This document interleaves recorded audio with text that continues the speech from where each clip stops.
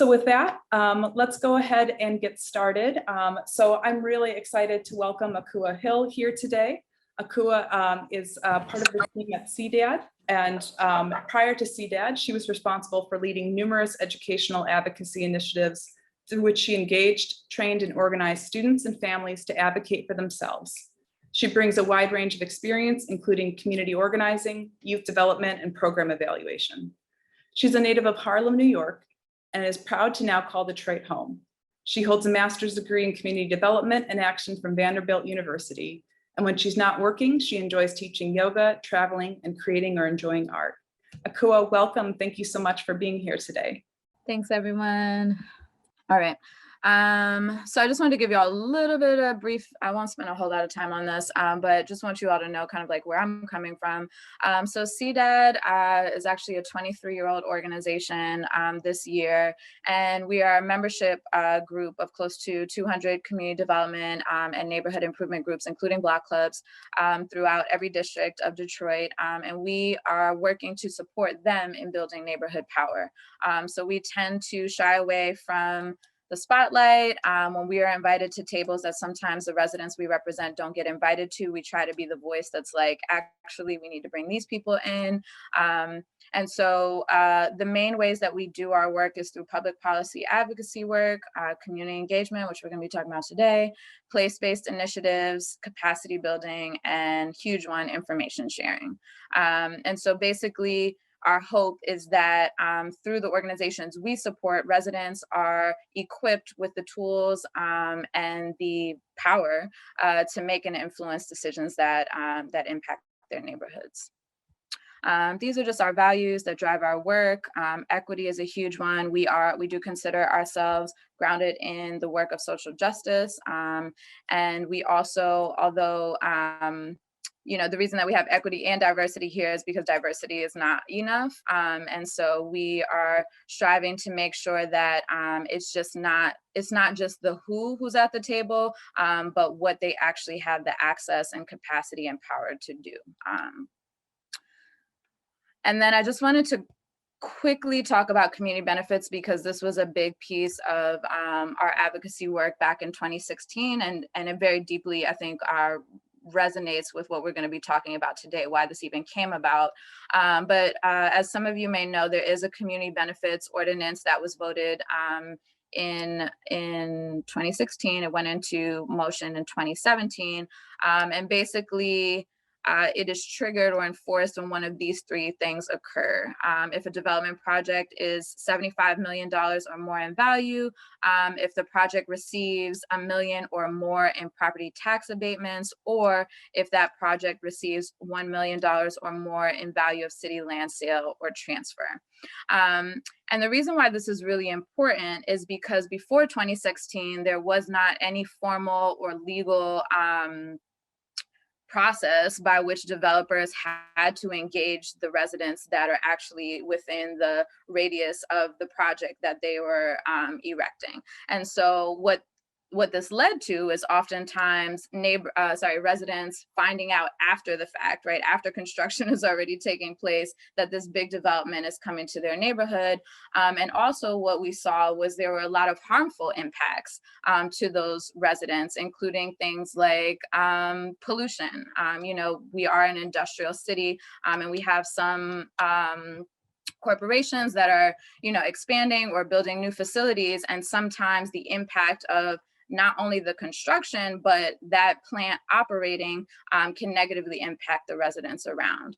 So the fact that this community benefits ordinance came to be, I think is a great sign, and a lot of other cities are starting to look at how they can introduce similar policy into their city structure.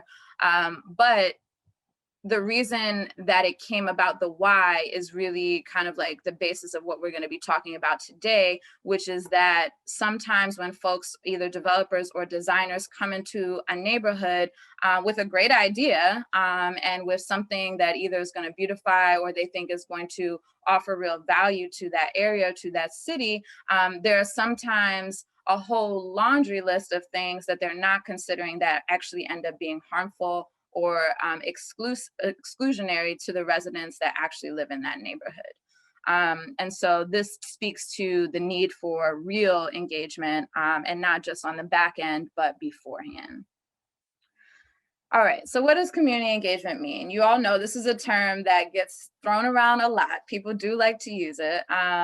And this is a definition that I like to use specifically, and I think someone kind of touched on this, because it recognizes community engagement as both a process and an outcome. So somebody asked kind of like, how do you know you did it, you know?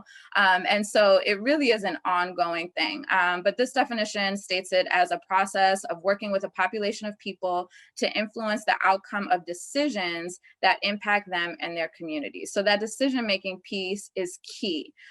Sometimes people try to be like, oh yeah, like we engaged the community, they had a voice, they had a part. And sometimes we don't kind of like take the magnifying glass really close and say, but were they a part of decision-making? And I think that's an area where we kind of see a lot of the drop off of power, of real power of residents. And so I wanted to raise that.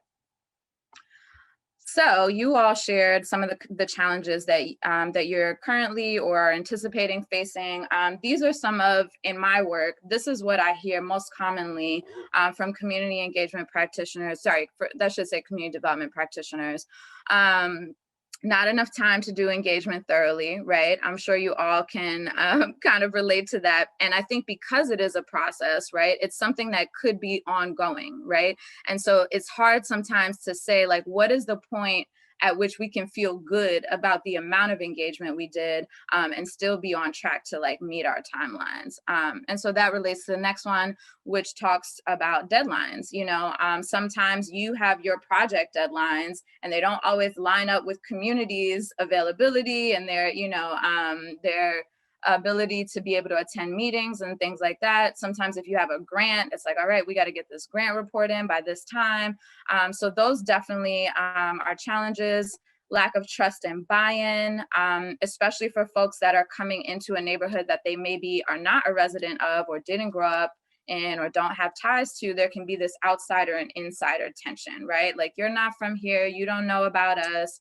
Why are you, you know, kind of like, what do they call, like riding in to save the day? Nobody needs to save us. So these are just kind of some of the narratives, and they definitely go a lot wider than that. Sometimes people just don't show up, right? We've all, I'm sure, had a meeting where maybe we had 1 or 2 people show up and we were hoping to get 25.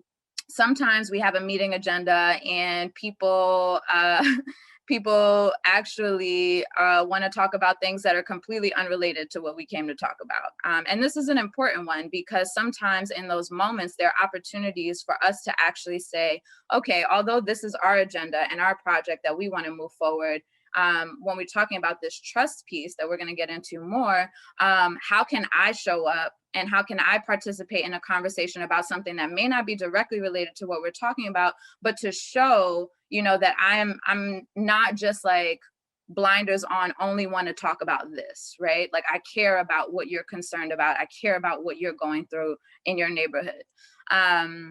Some people say it's hard to get the word out. I heard somebody mention communications as a challenge for sure, especially in the digital age. You know, some of you talked about being able to reach different age populations. Everybody's not on Facebook, Instagram, TikTok, Twitter, whatever. Everybody doesn't check their emails. So that definitely can be a challenge. This next one I want to raise because I think this is a little bit more systematic, and that is that engagement is generally under-resourced, and you could read that as underfunded. So sometimes in projects, when a budget is built out, the engagement costs are often very small, you know, and it means that sometimes projects are not able to compensate people for showing up to meetings, which is something that I highly recommend. They're not able to give food at meetings. They're not able to provide childcare. And so those then become barriers for the people you're trying to engage to actually show up and be a part of what, you know, you're trying to do. Lastly, transportation, I cannot stress enough, literally comes up every single time. It's a little different since we've been in COVID for the past almost 2 years. So transportation hasn't been as prevalent, but again, coming back to the kind of digital disconnect, it means that we're missing a whole lot of people that might have shown up in person. And then lastly, just competing responsibilities and time constraints of the folks that you are trying to engage. So this is the first kind of tool I want to share with you all, and this is a community engagement continuum. You might have seen something similar. There are many versions of this. Some of them have different headings, but this one is pretty good. And the reason why I like it is because at the bottom, you kind of get a very clear understanding of like how it's represented. So on the left farthest side of it, we have informing. And some people do consider this engagement, but if we're considering engagement the way I think most of us, ideally want to strive for, informing someone doesn't necessarily mean that you have done a great job at engaging them. I'm sure we've all been in a place where someone has told us that something was happening, even if it was already in motion.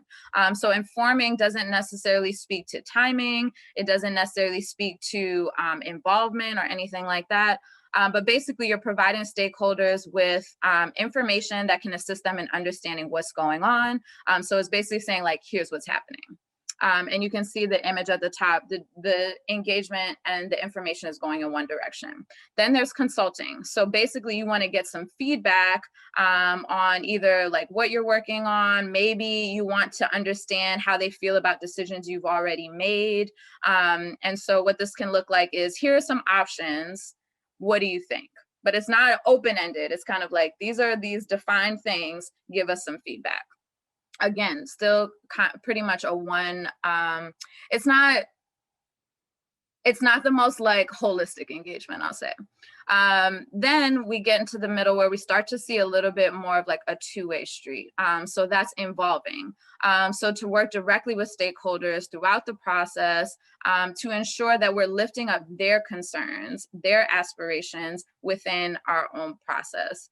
And I do want to point out that involving, so when we think about power, and I know you all are going to do power mapping later, involving, right, still places someone as the person who is inviting someone to be a part of, right? And it still kind of like asserts that power in one group.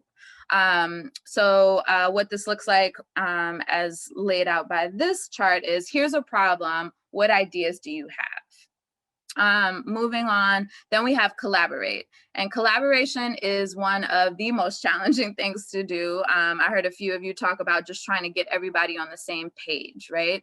And that can be very hard, especially if people have different ideas, one, of how everybody should be collaborating and what the outcome should be. But what this is intended to look like is partnering with stakeholders in each aspect of the decision making. And so this means that from the beginning, you are engaging with folks and you're saying, like, let's work together to solve this problem together. I'm not telling you what the problem is, but let's kind of like figure it out together and hopefully work together to address it. And then lastly, I'm not crazy about this word empower. One, I think, again, it still kind of like asserts this power dynamic that's saying, like, I have the power, you don't, I can give you this, or I can lift you up so that you are empowered.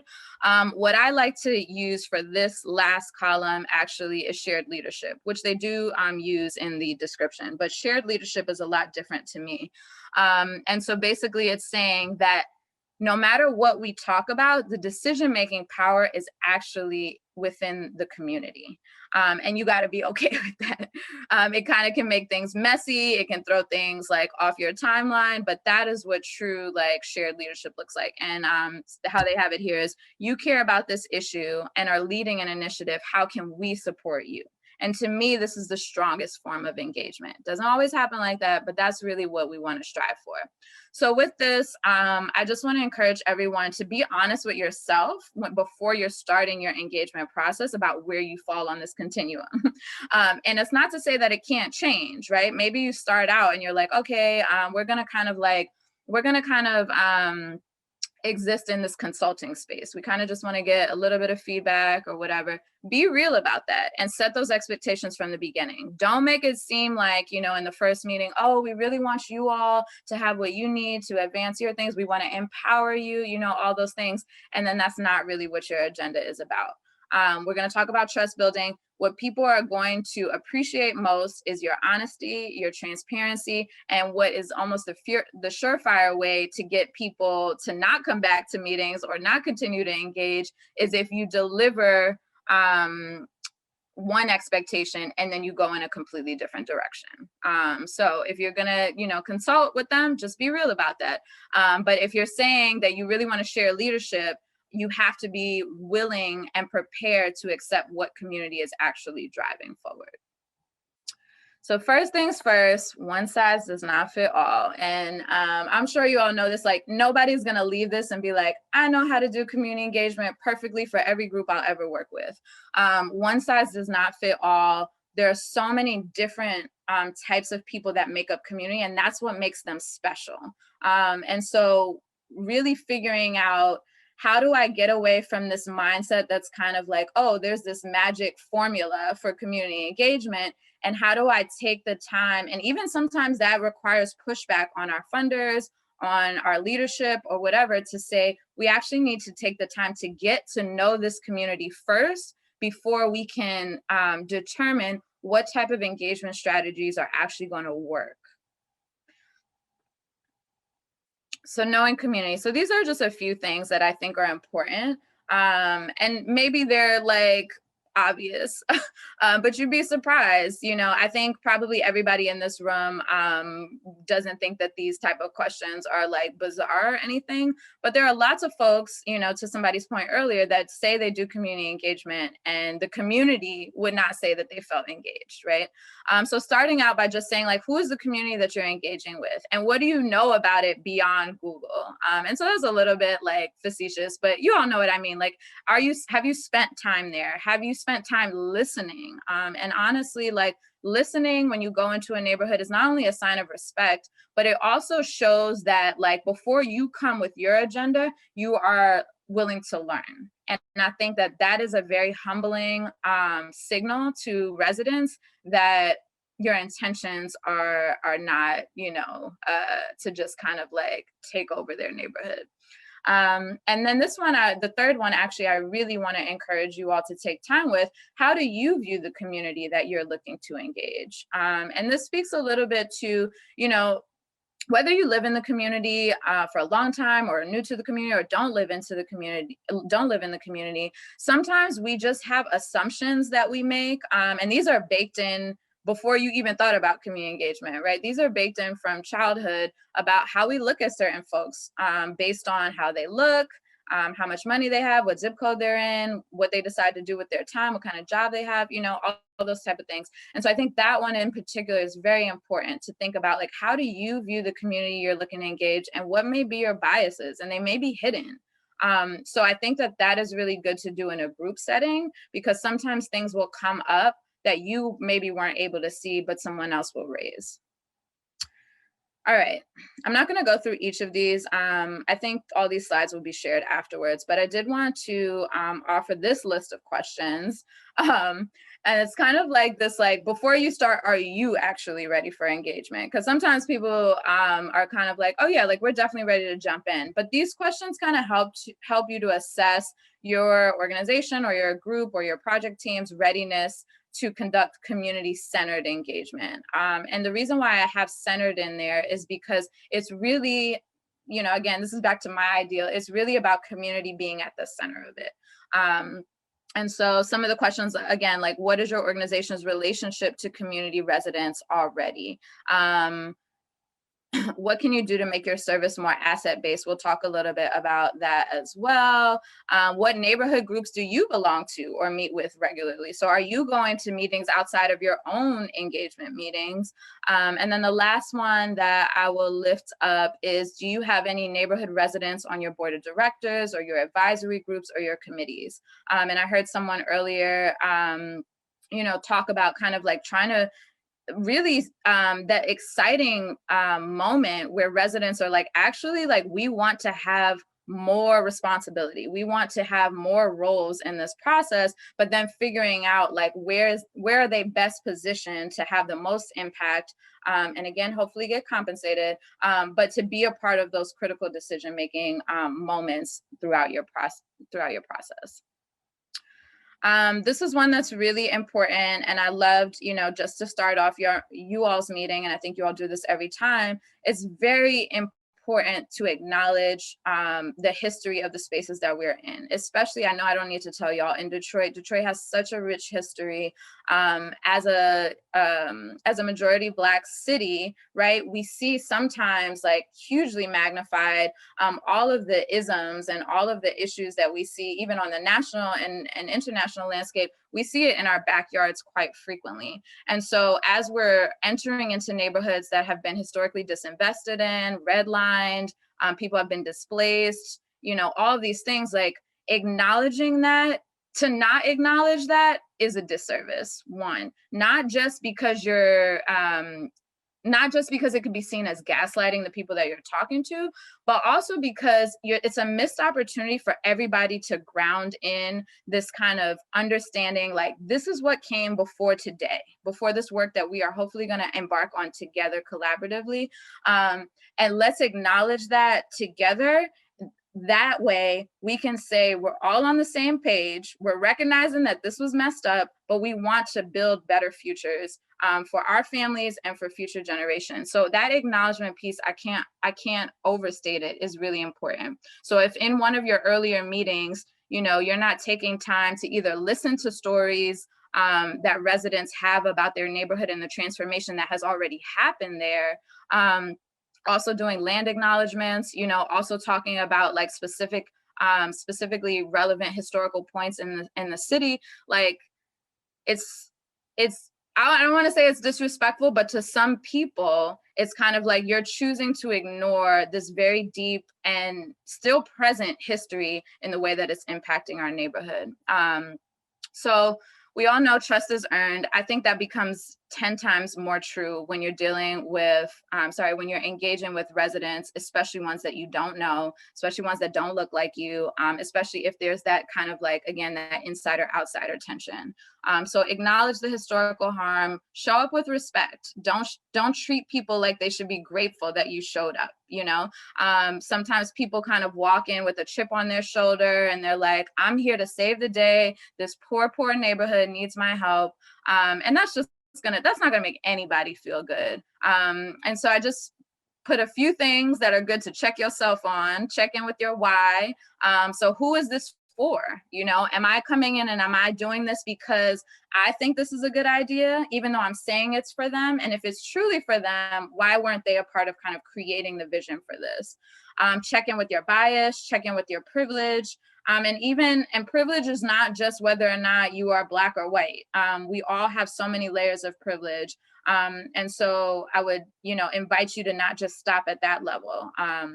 And then lastly, also your expert status. Many of us may be college educated. We may have some letters behind our names. We may have a large resume. But at the end of the day, the way that I look at the residents that I work with is that they are the experts in whatever it is that we're about to do, because they have lived there, they live there now. And so my, PhD, MA, MDD, whatever, and I don't even know all the ones for designers, but all of those, like, to be honest, you really got to check them at the door. And to be honest, it literally makes me cringe when I see people flaunt it so much. Like, it's really, I cannot stand saying that. All right, so asset-based community development. This is how I always try, whenever I'm working with a new group, I always like to start here. And power mapping, which again, I know you all are gonna do, is really important because it allows us to really visibly see relationships, power dynamics, how we can create strategy based on what people actually have the capacity and the access to do. Asset-based community development is really powerful because it doesn't start at a point that says, what are the deficits and what are the needs? It says, what are actually the beautiful things that already exist here and how do we build on them? So one of the most powerful questions we can ask is, what can we do with what we already have to get what we need? Or I would even say where we need. And this is something I could ask myself every day, because we're all trying to always work with what we have to get where we want, you know? But especially with folks, I think starting here acknowledges that there's already a wealth of, and that does not mean that the neighborhood, you know, has folks in every house that are making like 6 figures, right? But the wealth of talent, of gifts, of commitment, those type of things, like that's how you got to start, because we all know how hard it is to get people to show up. So the traditional approach to community development tends to lead us in a direction that's like, identify the problem, what is the need? And so we see that. We see a lot of people, especially those that are coming into neighborhoods, they're like, oh, that's an issue, that's broke down, that's abandoned, they got a drug issue, you know, this, there's no schools here. Like, we're already looking for what's missing. And sometimes it's kind of like a kick, it's like a further kick down to be like, this neighborhood is so jacked up, you know, let's come in and figure out how we can repair it. But this approach really starts with saying, like, let's take the time and actually identify what are the assets and gifts that are already here in this community.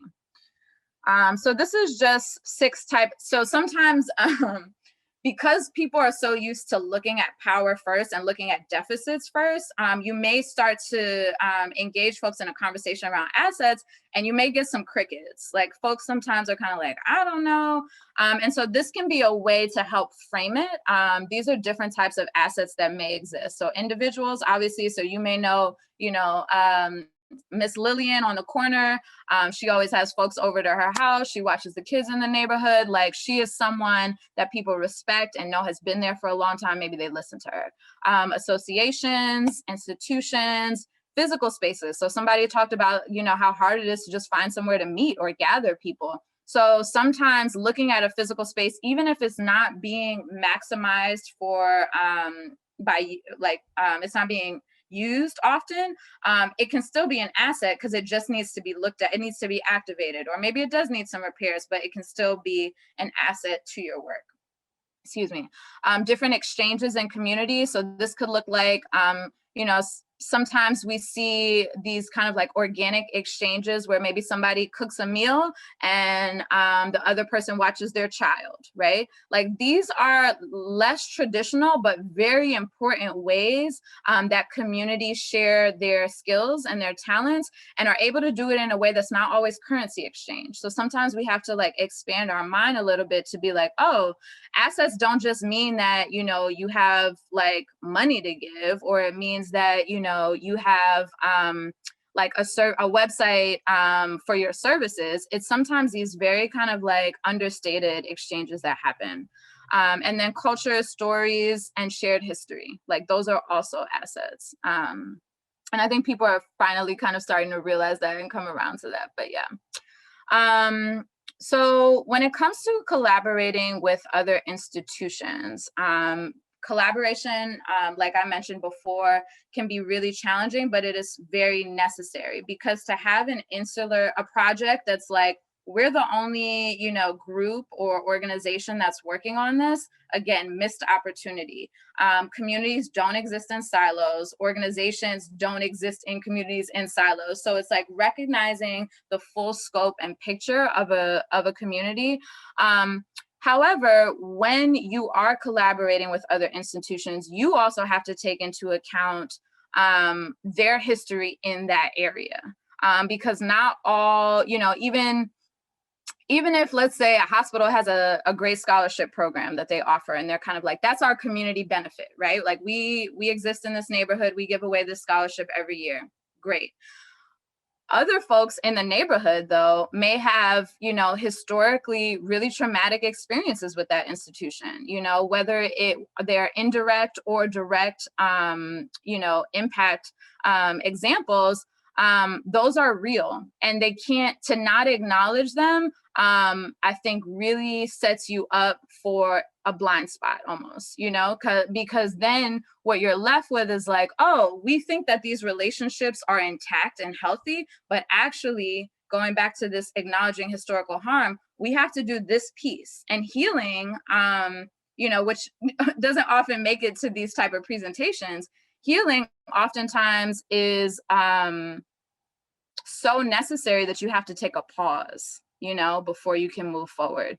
And so that would be up to you all to assess as you're going through your process, like, oh, has this institution had a really like negative impact on this neighborhood? If so, are they still continuing to have that impact? Do we still want to collaborate with them, and or do we need to take this moment to do some relationship healing? So I just wrote this question for us to consider, because I think community engagement is sometimes looked at as so grassroots that we're not considering how hospitals, universities, major corporations play their role in community engagement. Like, what is their responsibility? And if they do decide to become involved, what does it take to make sure that their efforts and their involvement is still equitable and inclusive, and is not, you know, further demeaning people if they have had that history of harm. All right, get into the end. So these are important to me. I think everything begins with a mindset shift. Everything begins with your mindset. How do you think about something? I think that the way that we have historically seen community engagement happen, particularly in under-resourced neighborhoods, is in this scope of kind of like, I have the resources, I have power, I have access, let me come in and help. And I'm not saying that that comes from a bad place. Most folks are very well intended. But if we can challenge ourselves to take a step back first and enter our minds and thinking about how we actually, before we even step out the door to have our first community engagement meeting, how are we thinking about the communities that we are entering into, that actually allows us to have more probability of sustained engagement. So these are some of my beliefs. We must believe that everyone has gifts that can be shared to build a stronger neighborhood or community. Relationships build a community. We need to take the time to build those relationships as the first step in engaging residents. So going back to that trust building piece, you cannot just go like, if somebody rolled up into your house and was like, let's change the curtains, let's move the couch, let's do this, let's put, I don't know, something that would damage your health, like in the living room, like you wouldn't go for it, right? And so we need to offer that same respect and do the relationship building piece first. Community leaders and community-based organizations are key to community engagement. So some of you represent those exact organizations, but the relationships have already started to be solidified when you have organizations that have been present in neighborhoods for a long time. So rather than reinventing the wheel, and this happens often, right? Somebody may move into a neighborhood and they're like, I have this great idea, I want to do this. And there may be an organization that's already doing that, right? And they may not be doing it to the extent or the vision that you have. But again, going back to checking ourselves, you know, it's saying, how can I work with this community asset that already exists, rather than saying like, actually my idea is better, or I have these resources behind me, so I hope everybody supports me. Because also think about how then you then start to create a competitive space where you could actually end up taking resources from an organization that has been a pillar in that community for a long time. So just that consciousness. Everyone cares about something, and what he or she cares about is his or her motivation to act, right? So meeting people where they are, going back to that piece about people wanting to talk about other things that may not be related to your project, you know, listen, go to the meetings that they invite you to too, if they're not even your meetings. Understand what moves them, what they care about. That's going to be key, because that's going to be key to building the trust, because then they see that you're not just self-serving. Listening conversations can help discover interests, passions, talents, and gifts. Again, I can't stress enough the importance of listening and looking for assets. And then lastly, the role of institutions, and this one is important. The role of institutions is one of helping to remove barriers so that the people they serve can be producers of their own and their community's well-being. And we don't always see I don't know that everybody in here views themselves as an institution, right? And there's a scale for sure. But I think you could replace that with lots of different kind of like groups, but seeing ourselves as how do we actually remove the barriers so that the people who are experts on their own lived experience in their own neighborhood can actually move forward the things that they want to see. So this is my last slide. I love this quote. Go to the people, learn from them, live with them, start with what they know. Again, assets, right? Build with what they have. The best of leaders, when the job is done, when the task is accomplished, the people will say we have done it ourselves. So I really just want to leave you all with that, because as well-intended as we are and as privileged as we are, and it's not to say feel bad about your privilege, it's about how you move with your privilege, how you leverage your privilege to get out of the way sometimes for someone else to be able to step up. How do you use your privilege to make space, again, like I said, at the table and say, actually, like, you know who's missing from this table? Miss Lillian. Please invite her to the table, you know?